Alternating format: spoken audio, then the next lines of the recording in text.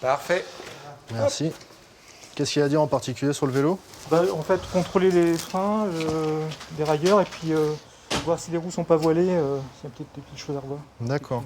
Non, Le diagnostic est rapide. Moins de 2 minutes plus tard, le verdict tombe. Patin avant, Patin avant, c'est ça? patin arrière. D'accord. Réglage de la transmission juste pour la grande vitesse qui passe pas. Ok. Voilà. Donc on sera dans le forfait habituel de 35 €. Forfait révision? Comptez Forfait 20 révision € de plus avec, pour remplacer les patins usagés. Montant total de la facture, 55 €.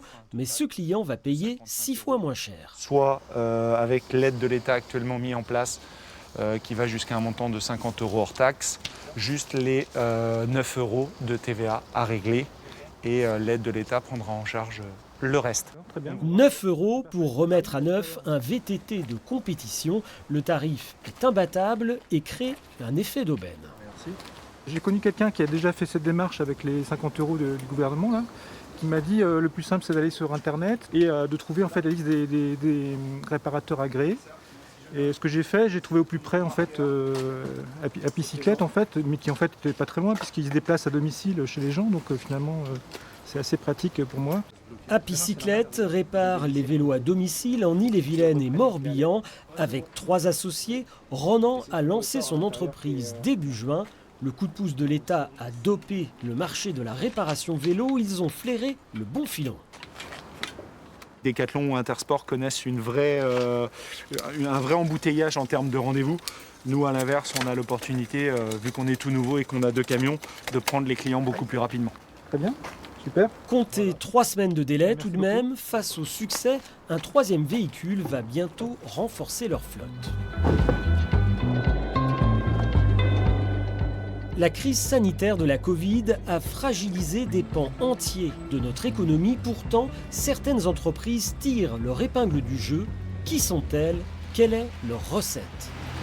Bonjour, je viens chercher ma commande 21-22 au nom de l'Amoré. Ouais. Sans aucun doute, pour les magasins alimentaires, drive et livraison à domicile furent les clés du succès pendant le confinement et l'occasion de conquérir de nouveaux clients. Ah bah super. À tous les moments, même les plus compliqués, mi-mars, on a maintenu un service de click and collect en 2 heures. Là où on se souvient que quand on faisait des drives en supermarché, on avait des disponibilités qui étaient à 8 ou 10 jours. On nous demandait de ne pas sortir chez soi ou très peu. Quelqu'un faisait les courses à ma place, j'avais plus qu'à récupérer, j'ouvrais mon coffre. Rien de plus simple, vous voyez, ce matin j'arrive, ma commande est déjà prête, j'ai pas besoin de toucher ou autre. Le secteur alimentaire a aussi profité des achats de stockage. Les Français ont rempli placards et congélateurs à l'annonce du confinement. Par réflexe, par inquiétude, je ne saurais pas vous dire. On est venu le lundi matin, je crois, avec mon mari, faire un gros plein de surgelés chez Ecomium pour pas besoin de se rassurer, de se dire bon voilà, on va peut-être être chez nous un certain temps, on ne savait pas dans quelles conditions on pourrait sortir ou pas. Donc on est venu faire le plein. Chez Ecomiam, on se frotte les mains. Les 27 magasins implantés majoritairement en Bretagne cartonnent avec une croissance des ventes à 2 chiffres. Il y a un phénomène d'accélération. L'enseigne a gagné fortement en notoriété ces derniers temps. Il y a eu une exposition médiatique importante. Il y a eu les circonstances du Covid. Pendant les 3 mois de confinement, il y a eu une très forte augmentation du chiffre d'affaires, effectivement supérieure à 80%. Mais au total, on aura fait plus de 50% de croissance cette année. Fort de ce succès, Ecomiam voit plus grand. L'entreprise entre en bourse. Les fonds récoltés serviront à ouvrir une centaine de magasins en France dans les 5 prochaines années. Sur ces tapis, 12 000 pièces sont triées chaque heure. Nous sommes chez Celog, l'entreprise logistique du groupe textile Beaumanoir.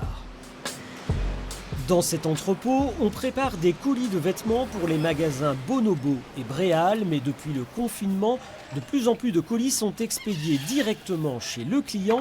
La crise sanitaire a boosté le e-commerce. On a eu des pics à plus de 10 fois les volumes habituellement traités, une moyenne durant ces périodes-là qui était autour de 3 fois.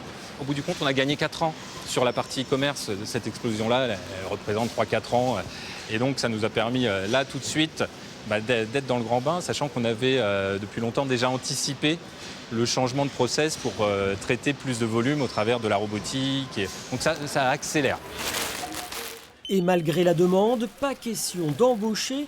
Crise sanitaire oblige, il fallait limiter les flux de personnes dans l'entrepôt. Les 60 salariés du site ont mouillé la chemise. Il y a eu des périodes de stress, mais ça nous a permis de trouver les solutions, justement, de s'investir. Donc on avait des gens qui étaient très présents. On n'hésitait pas à les appeler pour changer une horaire, revenir le lendemain plus tôt, plus tard, réorganiser l'équipe. Aujourd'hui encore, les volumes de vente du e-commerce sont très supérieurs aux années précédentes. Le confinement a transformé les habitudes de consommation. Les gens avaient peur de sortir de chez eux. Ils se sont rendus compte qu'ils avaient toujours envie d'acheter, donc ils n'avaient pas d'autre moyen que de commander sur des sites e-commerçants. Et bien évidemment qu'ils ont gardé cette habitude. Permettre de consommer sans se déplacer, c'est le principe du e-commerce. Avec la crise sanitaire, l'ingrédient clé pour conquérir de nouveaux clients, c'est plus que jamais le numérique.